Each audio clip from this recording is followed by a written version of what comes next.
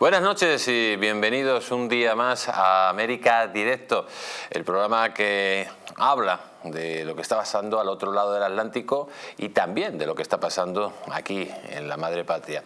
Hoy con nosotros tenemos un invitado muy especial. Con nosotros está don Manuel Salva. Buenas noches. Encantado, Manuel, Jesús Ángel. Un placer comentar la actualidad de Iberoamérica y de Estados Unidos contigo. Pues amigos, vamos a empezar porque sabían ustedes que había una cacería contra Donald Trump, que esa cacería está perfectamente organizada por los medios de comunicación, por los demócratas y por los jueces cipayos al servicio de los demócratas.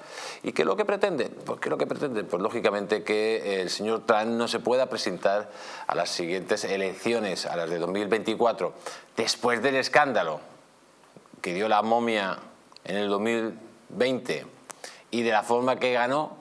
Pues lógicamente no pueden dar otro escándalo, y además donde tendrían que hacer todavía más puchero para que la momia pudiera ganar. Pero por eso, amigos, ¿qué es lo que están haciendo los jueces prodemócratas? Pues ir a por Donald Trump. Hay que inhabilitarle como sea. Miren la siguiente noticia. Dice: un juez de Nueva York declara responsable de fraude a Donald Trump y a su emporio familiar.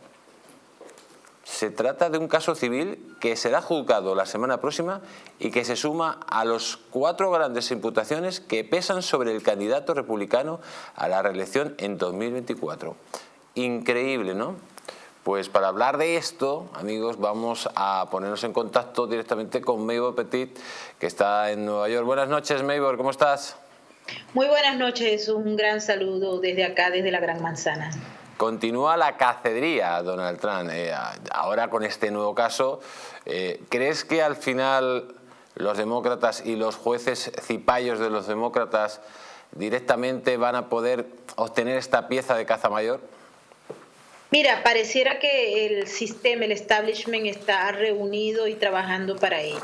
Pero este caso en el que el juez demócrata decidió antes de ir a juicio que el presidente Donald Trump, sus hijos y sus empresas son responsables de fraude, está siendo litigado en estos momentos en la Corte de Apelaciones, porque el caso que presentó la fiscal de Manhattan del estado de Nueva York, la señora Letitia James, fue llevado de antemano ante la Corte de Apelaciones porque una buena parte de los cargos que se hacen ante la Corte, de acuerdo a la defensa del presidente Donald Trump, están hechos en base a opiniones previamente determinadas por la fiscal Letitia James, por todo lo que representa el equipo que ella ha presentado ante la Corte. ¿Qué puede pasar con esto? Y para que la gente lo entienda, es una decisión del juez que aprueba una moción de la fiscalía. La fiscal dice que no deberán ir a juicio, sino que el juez debe determinar si juicio previo, lo que ella cree es la verdad y que presenta evidencias para ello. Y en paralelo, pues se ha fijado que para la próxima semana este caso tendrá un juicio donde los abogados van a estar sin jurado para determinar otras causas. Por eso la moción ha sido trabajada por los medios de comunicación de manera errónea. Esto se llama juicios de moción sumaria y tienen un objetivo que muchas veces es muy difícil entenderlos si no se maneja todo lo que es el Código de Justicia de Nueva York. Por otro lado, Jesús, quería comentarte que el tema de esa moción del juez cae como anillo al dedo porque a la hora que fue dada a conocer, inmediatamente se viraron los ojos de Washington y del país a Nueva York por la cobertura que los medios hacen de este caso, pero que la noticia real era en Washington, D.C., porque el Comité de Republicanos de la Cámara Baja presentó evidencia sobre casi un $250,000 que recibió el hijo del presidente Joe Biden del régimen del Partido Comunista Chino. Cuando el presidente Joe Biden estaba haciendo su presentación a la candidatura por el Partido Demócrata a la presidencia de los Estados Unidos en el año 2019. Los chinos enviaron a Hunter Biden esos $250,000 a la dirección de Joe Biden en Wilmington, en Delaware, donde reside el actual presidente de los Estados Unidos. Y hay evidencias presentadas por el Congreso que muestran no solamente que el presidente Joe Biden estaba al tanto del envío del dinero por parte del régimen chino, sino que Joe Biden le dio la mano al que envió el dinero, tomó café con él, habló por teléfono y escribió cartas de recomendaciones a la hija, este donante de $250,000 que todavía ellos no han explicado hacia qué fue enviado ese dinero, pero obviamente fue un enorme escándalo que se produjo en el Congreso en Washington y extrañamente la voz de un medio de comunicación se fue directamente a la Corte de Manhattan cuando este juez, de manera muy oportuna para cambiar los titulares, dio a conocer esta moción en los documentos del juicio en contra del expresidente Donald Trump, sus empresas y de sus hijos. Mayor, pues muchísimas gracias por haber estado aquí en América Directo y recibe un gran abrazo.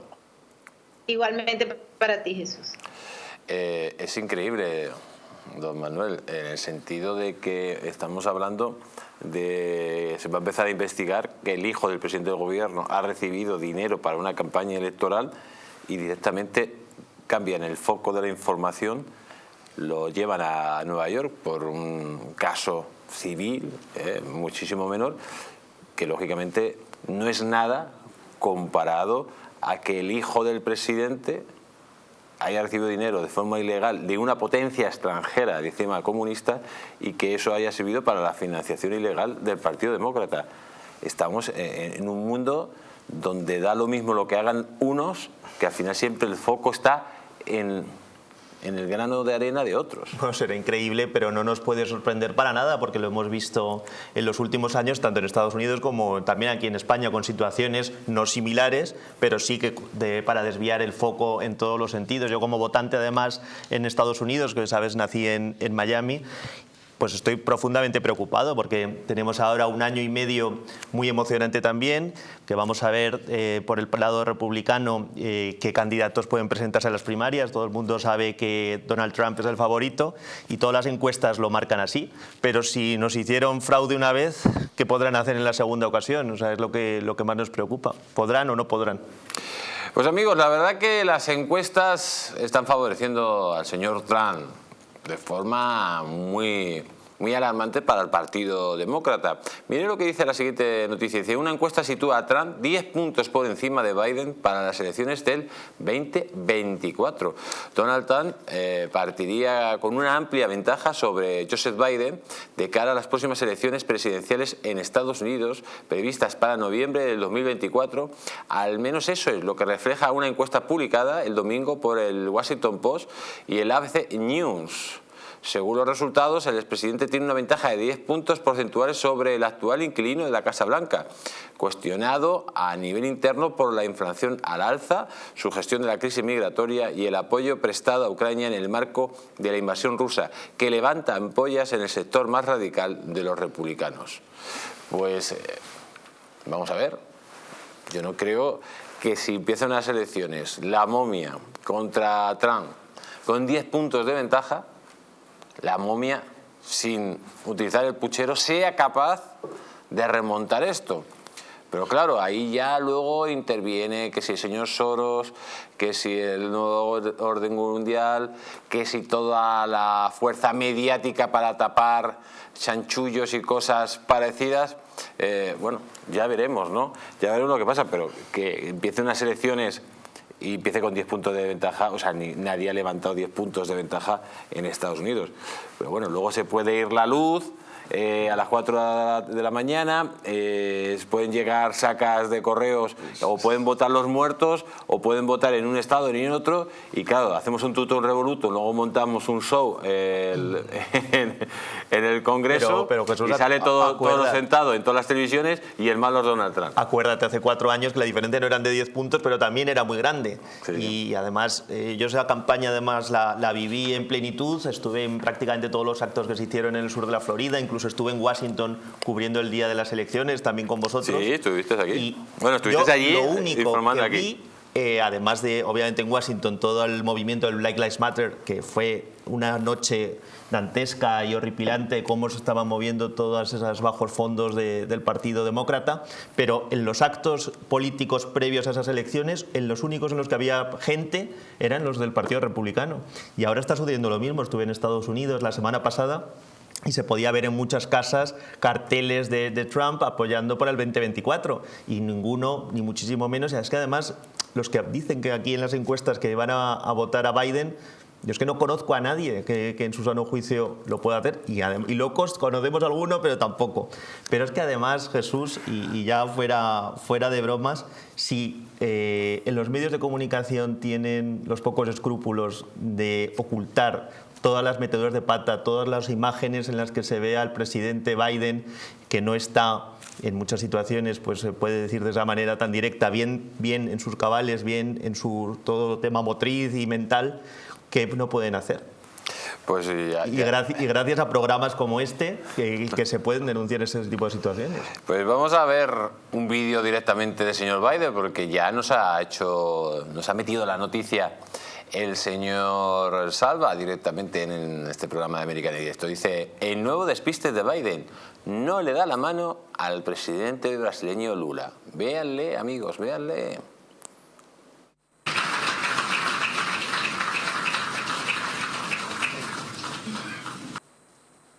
Bueno, pero Jesús, yo creo que ahí pues algo en común con él. Ahí, amigos, lo han visto directamente, ¿no? Biden, en vez de dar la mano, Lula se echa para otro lado, como diciendo, vámonos, que este no se entera de nada. Pero, bueno, de estas hay muchísimas más. Le hemos visto también haciendo toqueteos a niñas pequeñas, le hemos visto hablar de imbecilidades directamente que no tienen que ver, y ahora le estamos viendo que se está yendo con los piquetes en Detroit directamente. O sea, es el colmo de los colmos, porque esto ya es lo último que tenía que ver, que se fuera con los piquetes que están haciendo una huelga brutal en Detroit. Sí, pero bueno, en estas imágenes en concreto de Lula, quizás tú y yo hubiéramos actuado similar, o le hubieras dado la mano a Lula.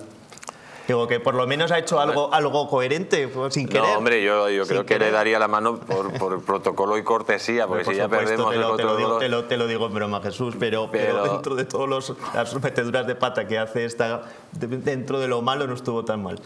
Pues amigos, vamos a continuar porque atención a esta noticia. Dice: Brasil recibe la primavera con una ola de calor después del invierno más caliente en su historia. En el primer día de la primavera brasileña, el país experimentó altas temperaturas en distintos puntos del territorio, siendo las zonas más afectadas Sao Paulo, Río de Janeiro y algunas localidades del Amazonas. Algunos ciudadanos han encontrado una manera de contrarrestar el calor en las instalaciones de techos verdes. El calor no da tregua a los brasileños. El Instituto Nacional de Meteorología Carioca reportó temperaturas que llegan hasta los 42 grados centígrados en algunas ciudades del país sudamericano. Sao Paulo fue una de las metrópolis en donde la ola de calor primaveral ha consternado más a sus habitantes, con 36,5 grados centígrados. La ciudad paulista experimenta la temperatura más alta en lo que va de año y una de las más intensas de las que se tiene registro desde que la autoridad meteorológica inició funciones en 1943. Me gusta el calor, pero esto es demasiado. Hace por lo menos 3 años que no teníamos estas temperaturas y apenas estamos saliendo del invierno, apuntó Leonardo Callipo, psicólogo de 27 años y residente en Sao Paulo. Pues, oye, qué curioso que Brasil haga calor. ¿Verdad? Es que es curioso, ¿no? La verdad que sea esto muy noticiable, que saquen las playas de Brasil, que hemos visto con imágenes llenas de gente, y más o menos que estén en un infierno, pero bueno. Y sobre todo porque no le pueden echar la culpa ya a Bolsonaro de lo No, a Bolsonaro no, pero claro, en Brasil hace calor porque es un país tropical, como dice la canción, ¿no? Así es. La que no sé de qué se quejan, por lo menos además también tienen piñas coladas y están en Copacabana, o sea que dentro de todo es un país en el que se puede disfrutar del calor y ella vale de estar siempre con este tema del cambio climático, porque donde hace calor va a hacer calor y donde hace frío hace frío. Bueno, y luego hablan de los techos verdes para combatir el calor. Dice, Río de Janeiro es otra de las ciudades brasileñas en donde se han registrado altas temperaturas, con termómetros de los hogares playeros llegando a 42 grados. Por ello, los habitantes de los barrios más marginados y que no tienen acceso al aire acondicionado buscan soluciones distintas para soportar el potente calor. Desde la favela Luis Canciano, un ambientalista de 53 años sube a los techos de las casas para colocar manojos de plantas en las azoteas, convirtiéndolas en lo que él llama techos verdes, mismos que además de ayudar al medio ambiente regulan la temperatura al interior de los hogares que cuentan con uno. Bueno, esto ya parece todavía más de chiste, o sea, que subas 4G al año no te va a bajar la temperatura de una favela.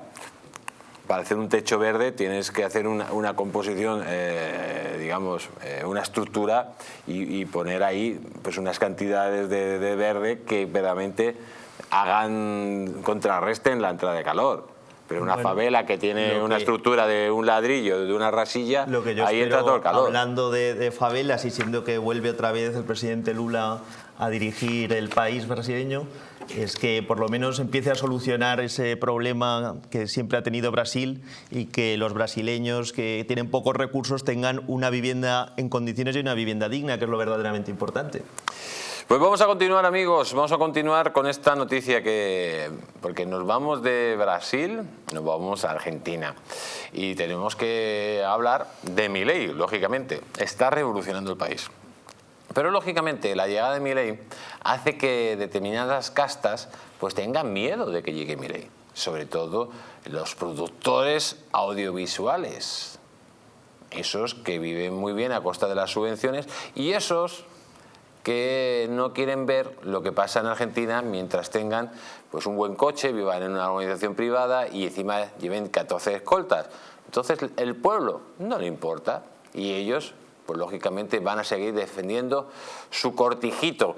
Por eso dice lo siguiente, los productores latinos advierten del panorama catastrófico para el cine si gana Milei.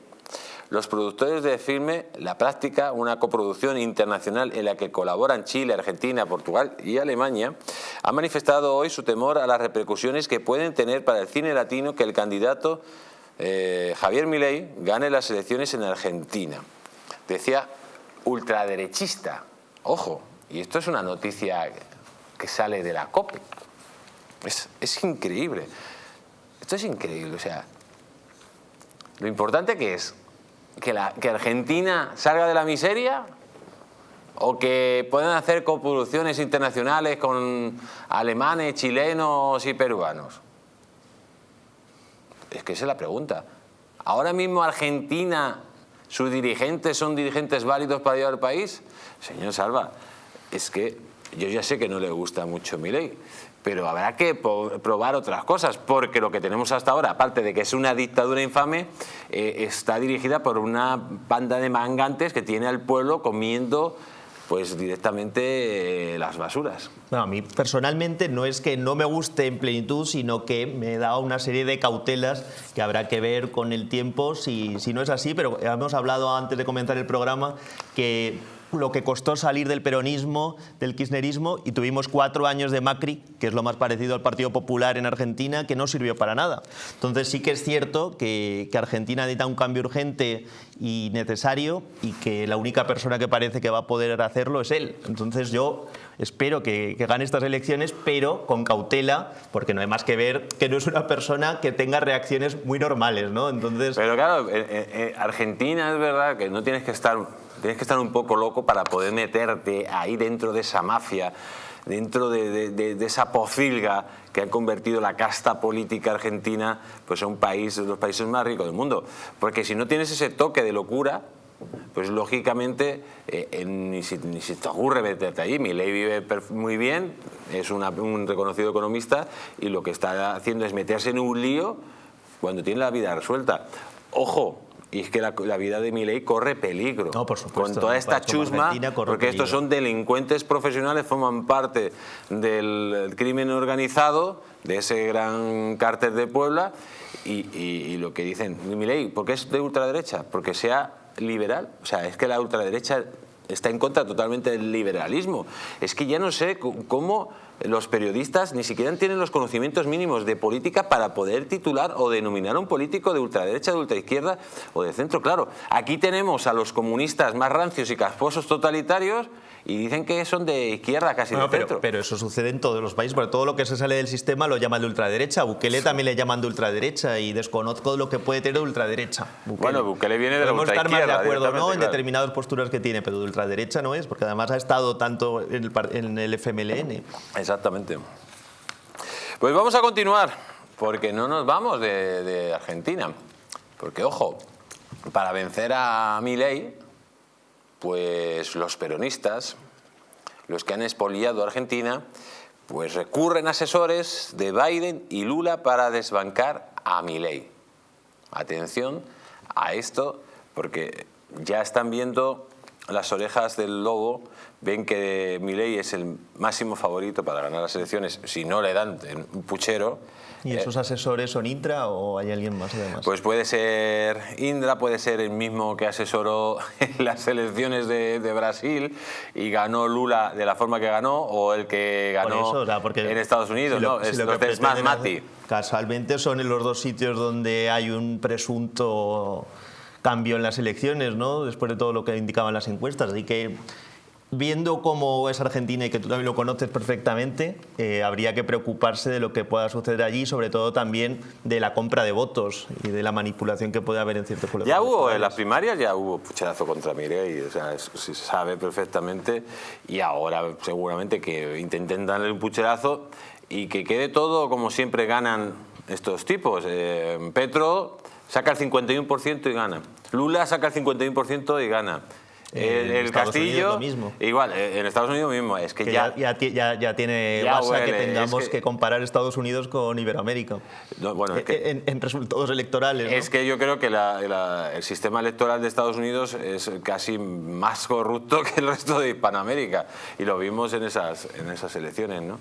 Pero tú le darías una victoria a Milei, ¿y crees que Milei sería sus medidas revolucionarias serían las que necesita un país que está enquistado en ese peronismo rancio y casposo? Bueno, no hay ninguna duda de que es la única solución que tiene Argentina ahora mismo, y a mí lo que me preocupa es lo que acabas de comentar, incluso el riesgo que tiene Milei de exponerse de esa manera, no solo porque pueda ya una vez que ganando las elecciones, sino después, porque me imagino que habrá un largo proceso de investigar todo lo que han hecho los últimos gobiernos kirchneristas en Argentina. Así que si de verdad echa toda la carne en el asador, y nunca mejor dicho, como buen argentino, tendremos noticias para rato. Pues amigos, de Argentina nos vamos a Ecuador. Y lógicamente en Ecuador la situación está muy complicada. El crimen internacional está asaltando las instituciones. Vemos cómo Correa y sus secuaces quieren tomar de nuevo el poder y convertir el país andino en una auténtica dictadura al estilo de Maduro. Yo siempre lo digo, señores de Ecuador, que nos estén viendo en estos instantes, si ya saben lo que ha pasado en Cuba y cómo la gente se muere de hambre, si ya saben lo que ha pasado en Venezuela y cómo la gente se muere de hambre, si ya saben lo que significa el comunismo, por favor, no repitan los mismos errores. Por eso quiero leer la siguiente noticia. Dice, ¿Noboa o González? ¿Quién es el favorito para ganar las elecciones de Ecuador 2023? Esto dicen las encuestas. Dice, en la segunda vuelta de las elecciones presidenciales de Ecuador, la candidata correísta Luisa González y Daniel Noboa, del Partido Acción Democrática Nacional, se enfrentarán en las urnas. ¿Qué dicen las encuestas? Noboa se perfila como el candidato favorito, de acuerdo con las encuestas de Click Recent. La simulación en la que recientemente decían las encuestas colocan a Noboa, hijo del excandidato a la presidencia y empresario Álvaro Noboa Pontón, con un 45,78% de los votos directos y un 55,16% de los votos válidos. La consultora Negocios Estrategia posiciona a Daniel Noboa con el 39,98% de los votos totales en estimación de las encuestas. González, la candidata del partido Movimiento Revolución Ciudadana, o sea, quiere decir los comunistas que lideran el expresidente Rafael Correa, se posiciona en segundo lugar con un 37,22% de votos directos, un 44,84% de votos válidos en la simulación con papeleta, según las diferentes empresas de encuestas. Pero, ¿qué pasará en esta campaña, señor Salva? Porque, lógicamente, vemos unas elecciones donde la mafia ha intervenido. Ya hemos visto, por ejemplo, cómo Petro compraba los votos con el dinero de Maduro, y aquí, lógicamente, el cártel de Puebla no va a permitir que Ecuador siga siendo una democracia. Va a intervenir por un lado o por otro para intentar que Noboa no llegue al poder y que este personaje, el señor Correa, pues tenga a su secuaz presidiendo la República de Ecuador. Bueno, por supuesto, Ecuador además es un país que conocemos bien los dos, y yo hace ya 5 o 6 años que no estoy en Guayaquil, pero que sigo mucho la actualidad ecuatoriana. A mí lo que más me sorprende, no sé a ti, Jesús, es que Noboa esté ganando las encuestas, no porque no tenga que estar ganando la situación actual que hay, sino porque la fuerza que tiene todo el correísmo en Ecuador es muy grande. Y no sé si es una estrategia para movilizar a sus bases, porque Noboa es hijo también de un candidato muy conocido en Ecuador y ha tenido también un pasado pues un poco polémico, ¿no? El Noboa padre. Entonces, la verdad que es unas encuestas para coger con pinzas, porque Dios quiera que sean como las estamos viendo, pero el correísmo tiene muchísima fuerza y mueve muchas masas todavía allí en Ecuador. Pues amigos, ojalá que el correísmo pues pierda y desaparezca directamente de Ecuador, y que desaparezcan estos movimientos antidemocráticos que están asolando Hispanoamérica. Nos vamos unos instantes a publicidad, pero no se vayan, porque vamos a hablar con el señor Hugo Hacha del crimen organizado y cómo está actuando en diferentes lugares de Hispanoamérica. Todo esto lo vemos en un minuto de publicidad.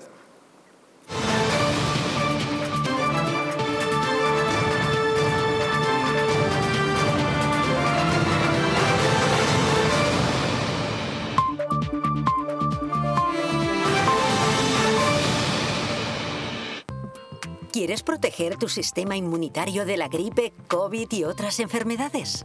Inmunad Z es un complemento elaborado con zinc y base de vitaminas C1, B6 y D3 que permiten aumentar las defensas y mejorar las respuestas del sistema inmunitario. Además, posee antioxidantes que reducen el envejecimiento y mejoran el estado de ánimo. Con Inmunad Z, las defensas al poder. Acércate a tu tienda más cercana o visita la web naturhaus.es.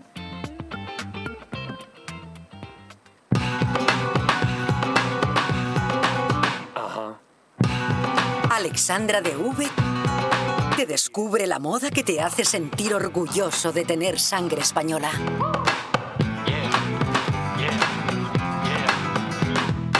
Estilo, moda y arte con orgullo de patria. Visita la web alexandradv.com. ¿Una noche larga de fiesta con los amigos? ¿Has terminado cansado y con una copa de más? Ahora en exclusiva en Naturhaus, Staff Detox. El remedio que acaba con esas resacas eternas del día siguiente. Acércate a tu tienda más cercana o visita naturhaus.es.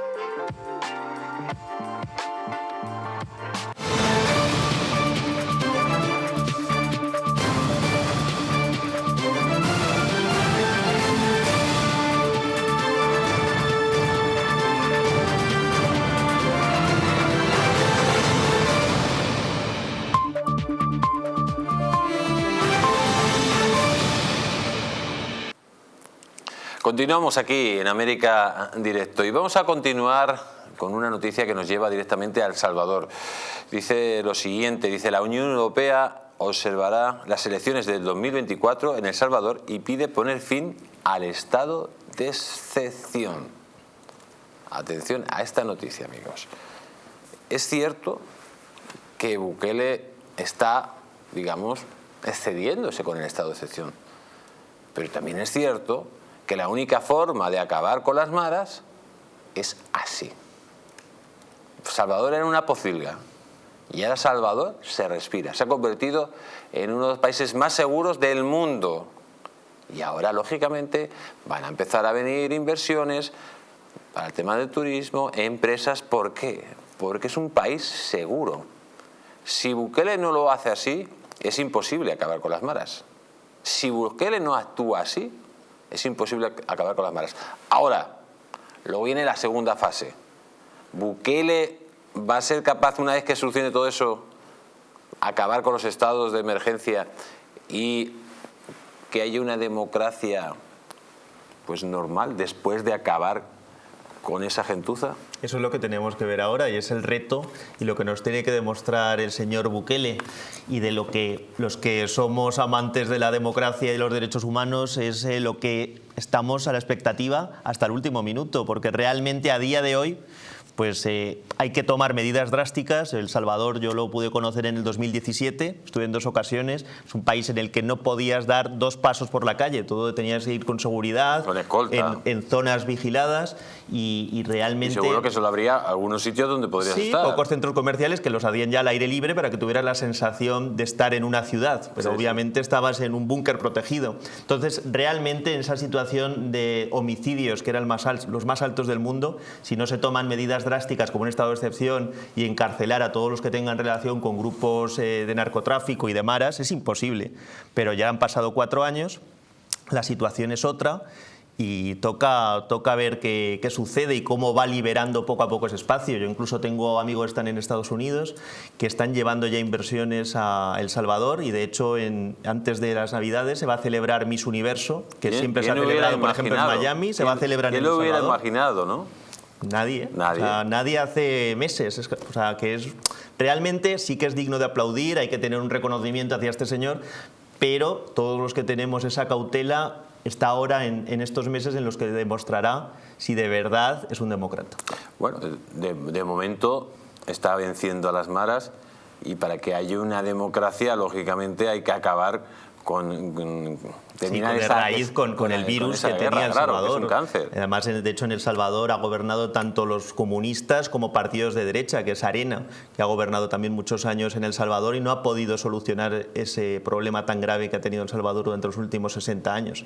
Entonces, las esperanzas son positivas, por lo menos partimos ahora de un país seguro y, de hecho, la población, las encuestas que se han hecho, una amplísima mayoría está a favor del presidente Bukele. A que algo nos quiere decir todo eso. Efectivamente, amigos, la verdad que en Salvador todo el pueblo está a favor de Bukele y se felicita por haber acabado con esa mafia que estaba destruyendo el país. Y vámonos de Salvador, nos vamos a Venezuela, y de Venezuela tenemos que hablar de Maduro. Y tenemos que hablar, amigos, de esta noticia que habla de: ¿han fracasado las sanciones en contra de Nicolás Maduro? Dice: después de varios años implementándolas, el régimen chavista sigue en el poder. En el marco de la última Asamblea General de la ONU, varios presidentes de la América española, algunos de ellos incluso críticos de Nicolás Maduro, han abogado por el fin de las sanciones en contra del gobierno de Venezuela. Luego de varios años implementándolas, lo cierto es que el madurismo sigue en el poder.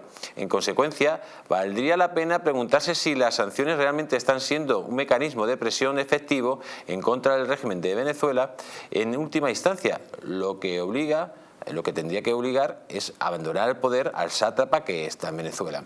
Es poco probable que la asfixia aplicable logre que el autócrata Maduro cambie de parecer con respecto a la perversión del proceso electoral que se avecina en 2024. La razón es simple, eso sería una contradicción con su propia naturaleza. Por otro lado, las sanciones legitiman el discurso victimista achacando los problemas sociales y económicos del país precisamente a Estados Unidos y a sus políticas malévolas en contra de la revolución bolivariana. Así las sanciones parecen una oportunidad para el régimen de Caracas. Pues no, las sanciones no es una oportunidad para el régimen de Caracas, y quien se quiera creer que en Venezuela pues los garbanzos saltan de los platos por culpa de Estados Unidos, es que es tonto a la 1, a las 2 y a las 3. Porque es que, lógicamente, Venezuela era un país de los más ricos del mundo, y de que está el señor Maduro, pues ha producido pues una salida masiva, directa, de miles y millones de personas por el hambre que se pasa allí, por la imposibilidad de poder vivir. Porque cuando hay comunismo, amigos, cuando hay comunismo, se acaba la riqueza. Se lo digo también a los españoles, que ahora parece que Sánchez va a gobernar con toda la chusma. Cuando hay comunismo, deja de haber libertades y deja de haber pan para meterse uno en la boca. Tenemos al otro lado de Sky a don Hugo Hacha. Buenas noches, don Hugo, ¿cómo está usted? Muy buenas noches, Jesús, es siempre un placer. Don Hugo, ¿quién mejor que usted para explicar a la gente qué es lo que pasa cuando hay comunismo? Explíqueselo al público en general. Bueno, yo creo que la historia habla por sí sola. Todos los fenómenos de concentración de poder corporativo en el Estado, despojando al ciudadano de sus libertades personales, individuales, económicas, han resultado no solamente en la depauperación, el empobrecimiento, la muerte de decenas de millones de seres humanos, la pérdida de libertades, las represiones más brutales que uno pueda recordar. El nazismo, el fascismo, el comunismo son hijos de la misma madre. Son productos de la misma vertiente conceptual de procedimiento e ideología. Entonces, desde ese punto de vista, yo creo que hay que entender de que no se trata de una cuestión de discusión hipotética. Usted quiere constataciones. Stalin, Hitler, el holocausto de la Alemania nacionalsocialista, el holodomor de Stalin en Ucrania. Yo creo que quien no quiera verlo simplemente se resiste a creer los hechos o no quiere leer la historia. Eso sí que serían negacionistas, ¿no? Ahora que vengan los comunistas y se hayan puesto la bandera de ese falso ecologismo, porque no hay algo menos ecologista que un comunista, cuando hablan de negacionismo, verdaderamente ellos son los que niegan que, por desgracia del comunismo, han muerto más de 120 millones de personas. Pero Jesús, si queremos hablar de ecología, o sea, seamos serios, Occidente en su conjunto, Europa y los Estados Unidos, con un costo altísimo para sus economías, para el bienestar de sus sociedades, se han comprometido a la reducción de su impacto en el medio ambiente. Yo devuelvo la pregunta, ¿qué tan orientado hacia la recuperación, la protección, la prevención del deterioro del medio ambiente está el Partido Comunista de China? ¿Qué tanto de reducción en términos de emisiones o de aquellas palabras, conceptos que son tan caras a la izquierda occidental está poniendo en práctica el régimen en Beijing? Y la respuesta es en ninguna. Entonces, otra vez, es muy interesante esta dicotomía. Es como cuando te quieren decir de que la economía de libre mercado en China, por el amor de Dios, en China no existe, formalmente hablando, no es mi opinión, es la opinión de la Organización Mundial del Comercio, una economía plena de libre mercado. Todas las empresas privadas en China son apéndices de una política de Estado y tienen que, aquí estoy citando, establecer actividades que sean aprobadas y en coordinación con los propósitos del Partido Comunista. O sea, a ver, que otra vez es solo cuestión de leerlo. Ya para terminar, ¿cree usted que hay que seguir con las presiones contra Maduro? Mire, Jesús, a ver, hay una diferencia entre las sanciones y la coherencia. Las sanciones funcionan. De lo contrario, los regímenes autocráticos, autoritarios, dictatoriales, no volcarían tantos esfuerzos para generar un discurso, inclusive para utilizarlas como plataforma de legitimación? El problema fundamental es que mientras sancionamos una conducta en un lugar, por razones otra vez de naturaleza ideológica, les damos un pase en otro lugar. El mejor ejemplo, en Europa, cuando hablamos de la violación de derechos humanos, cuando hablamos de cómo nos horrorizamos acerca de lo que está sucediendo con las violaciones que acontecen en Ucrania, ¿por qué no usamos el mismo rasero para lo que está sucediendo en Cuba? ¿Cómo es posible que el máximo representante de la diplomacia europea vaya y, con toda la justa razón, condene lo que se está haciendo en Irpin y Bucha, pero vaya a La Habana y no hable con las personas que han sufrido cárcel, tortura, las familias de aquellos que fueron asesinados? O sea, el tema de las sanciones no es el concepto. El concepto está probado como una herramienta que funciona para cambiar determinados comportamientos en la arena de lo político. Pero cuando cambian administraciones, cambian gobiernos y estos tienden, lamentablemente es una constante, a inclinarse a la izquierda, resulta que las sanciones empiezan a sufrir modificaciones, se les crean excepciones o directamente no se aplican conforme han sido aprobadas legalmente. Creo que en ese sentido no es las sanciones, es la coherencia lo que falla. Pues don Hugo Hacha, muchísimas gracias por haber estado aquí en América Directo. Un placer. Y amigos, vamos a continuar porque, ojo, lo que pasa en Colombia y el hijo de Petro, que va directamente a la cárcel y seguramente que el padre tenga que ir también a la cárcel. Dice, Nicolás Petro irá a juicio al dejar de colaborar con la Fiscalía. Me han presionado para convertirme en un arma contra mi padre, dice el hijo de Petro. El hijo del presidente enfrentará los cargos de enriquecimiento ilícito y lavado de activos, delitos que supuestamente cometió durante la campaña de su padre. El hijo del presidente ha dado un giro radical en su estrategia para defenderse ante la justicia. Nicolás Petro ha dejado de colaborar con la Fiscalía y por tanto irá a juicio por enriquecimiento ilícito y lavado de dinero. Hoy inicio la lucha de mi vida, decía, ante la Fiscalía. Hasta ahora, el mayor de los 6 hijos de Gustavo Petro había logrado un principio de acuerdo con la acusación, lo que suponía, de facto, reconocer los delitos que se le imputaban. Pero de golpe ha cambiado de táctica y ha preferido encarar un juicio de resultado incierto. Los problemas en los tribunales de Nicolás han sido un verdadero dolor de cabeza para el presidente, que hasta ahora, tras 30 años en la política, no se había visto salpicado por un problema de corrupción en su entorno más cercano. Pues bueno, la verdad que ya son varios los problemas de corrupción que tiene este hombre, porque ha sido acusado de comprar votos con dinero del narcoestado de Venezuela. Bueno, llevamos escasamente un año de gobierno de Petro y yo que sigo muy de cerca la actualidad en Colombia porque viví allí también varios años.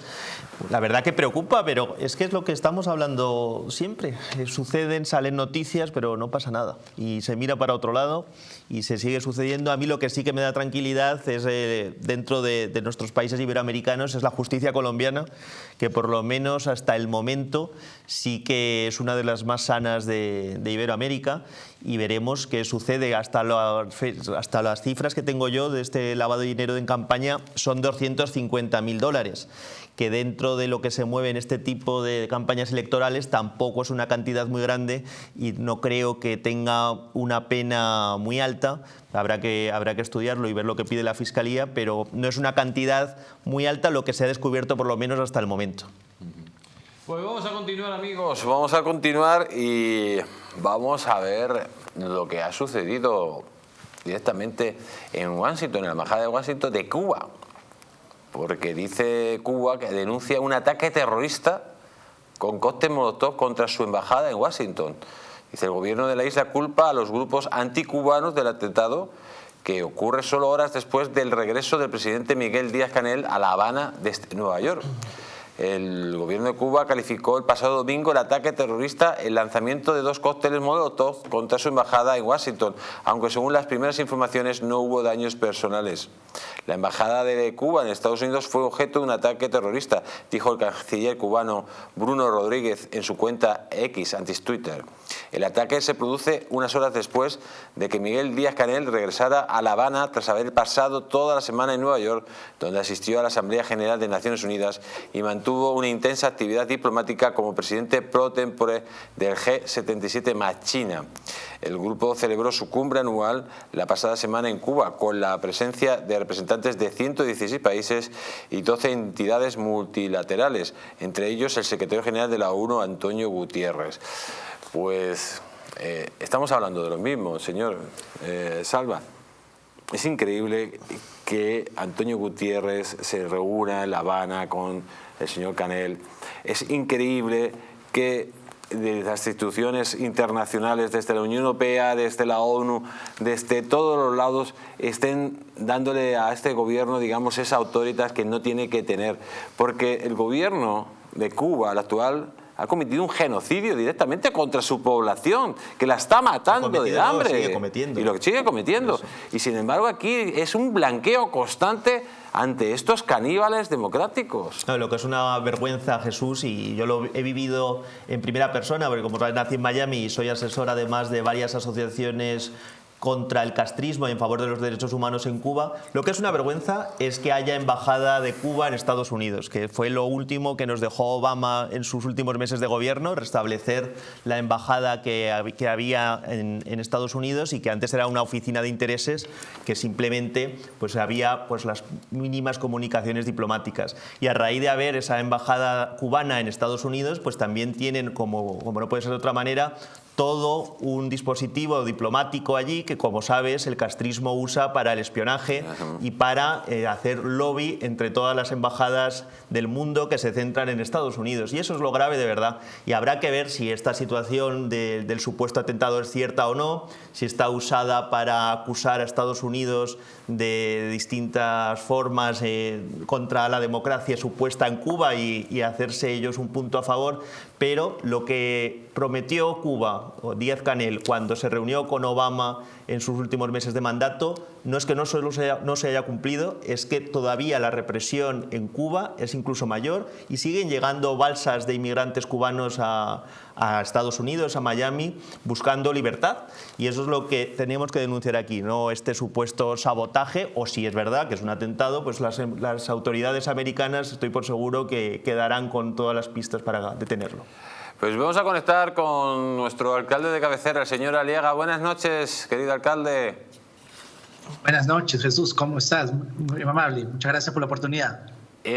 Bueno, estamos hablando de ese supuesto atentado que denuncia las autoridades cubanas en su embajada de Washington, pero como decía aquí nuestro invitado, lo que es una verdadera aberración es que hay una embajada cubana en Estados Unidos, ¿no? Y que sobre todo que instituciones internacionales, países, la Unión Europea o Estados Unidos con Obama, etcétera, estén blanqueando ese genocidio que los comunistas están haciendo en la isla. Claro, coincido con ustedes y la apreciación es correcta. Obama permitió que abrieran una embajada acá y eso fue lamentable porque, como tú sabes, Cuba, Venezuela, estos países comunistas, y estamos hablando de Cuba específicamente, han violado derechos humanos, han violado la libertad de expresión, son países netamente, totalmente totalitarios, con dictadores, no hay elecciones democráticas, existen muchos atropellos desde muchos sentidos de las libertades. Y es lamentable que tengan una embajada acá. Ahora, la reacción que ellos tienen es decir, Estados Unidos, estos países comunistas como Venezuela, Cuba, cada vez que hay un incidente o algo, siempre apuntan a echarle la culpa de todo lo malo que ellos hacen a Estados Unidos. No hay ningún otro culpable más que Estados Unidos. Y ese es el cuento que venden eso al pueblo, ¿no? Siempre la culpa de todos los males los tiene Estados Unidos, ¿no? Y eso no es cierto. Ellos tratan de cubrir sus falencias y todo. Hay mucha gente que está sufriendo muchos abusos por estos gobiernos y por eso es que mucha gente ha salido tanto de Cuba como la gente también que está saliendo de Venezuela.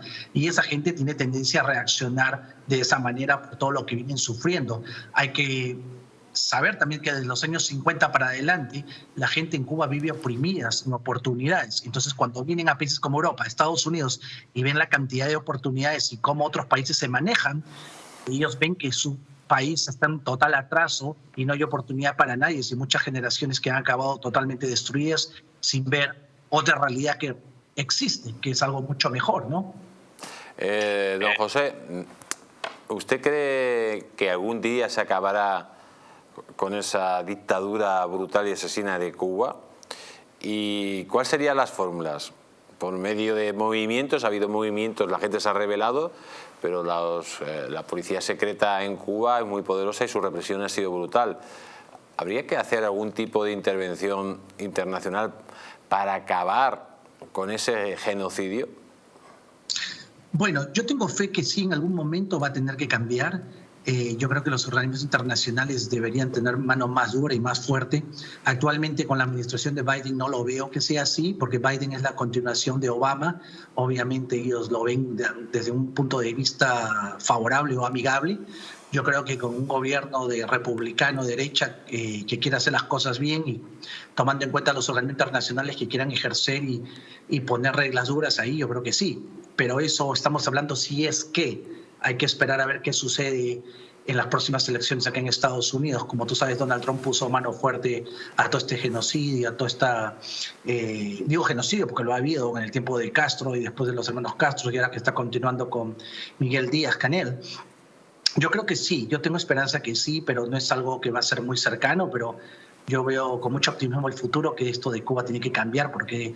Imagínate, ya más de 50 años es uno de los únicos países en Latinoamérica muy atrasados, sin oportunidades, sin democracia, sin elecciones libres, democráticas. Es muy triste lo que sucede allá. Yo tengo fe que sí. Pues querido alcalde, don José Aliaga, muchísimas gracias por haber estado aquí en América Directo. Gracias, muchas gracias a todos. Cuídese mucho. Y vamos a continuar porque ya estamos en la última noticia. Hemos pasado prácticamente por toda Hispanoamérica y ahora nos vamos a Chile, porque en Chile desgraciadamente está otro elemento del eje del mal, de ese cártel de Puebla. Estamos hablando de Boric, ese señor que es bipolar, según él. Dicen, Boric carga contra las sanciones de Estados Unidos a Cuba y Venezuela. Dice, nos violentan. Fíjese, les violentan las sanciones contra Cuba y Venezuela, pero no les violentan que los gobiernos de Cuba y Venezuela maten a su población, que la persigan, que la torturen, que violen sus derechos humanos día sí, día también, y directamente que los maten de hambre. Es que estamos siempre lo mismo, o sea, siempre quieren poner el foco desviar el foco cuando la realidad de estos países lógicamente es tan grave que hay que poner el foco en esa realidad, no en las sanciones. Las sanciones es algo no secundario sino terciario. El problema de esa gente es esos gobiernos tiránicos. Bueno, pero es que además en esas mismas declaraciones el presidente Boric señalaba que quería que Cuba lo quitaran de los países que enaltecen el terrorismo, pero es que ellos ejercen un terrorismo también sin armas, sin bombas, que es lo que les estaba comentando antes. Ellos tienen la mayor red de espías a nivel iberoamericano que existe con un objetivo, que es influenciar en esas democracias. Eso mismo lo han copiado con Venezuela. Venezuela es el satélite más importante que tiene la dictadura castrista.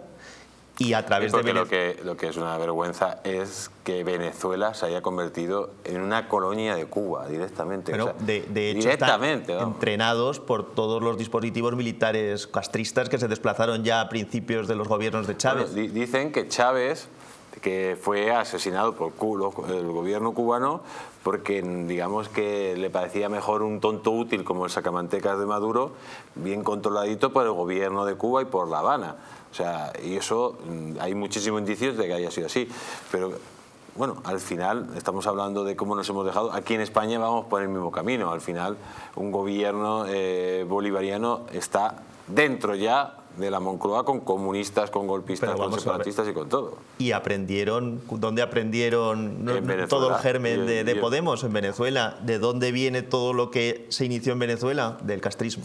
Y ese es el enlace. ¿Cuánto les ha costado entrar en Colombia? Les ha costado bastantes años, pero lo han conseguido. Allí están. Nadie se esperaba que un presidente de izquierda radical como Petro estuviera gobernando allí, y se están paseando los embajadores colombianos por Venezuela y está habiendo un tráfico de divisas y de movimientos que no ha habido nunca, y no nos podíamos esperar otra cosa, además con las FARC entre medio. Y volvemos al caso nuestro de España para poner un foco más local. Lo ha sucedido con Venezuela, con toda la información que se hizo con las consultoras de Neurona, por ejemplo, con todo lo que se creó con el germen de Podemos, y estaban todos los documentos y no pasó absolutamente nada. Pues don Manuel Salva, muchísimas gracias por haber estado aquí en América Directo. Y a todos los amigos que nos siguen, a toda esa gran civilización hispánica, que somos 600 millones de personas, recuerden, no se dejen engañar por el comunismo, que le prometen el oro y el moro y al final solo le dan el moro. Nos vemos la próxima semana, amigos.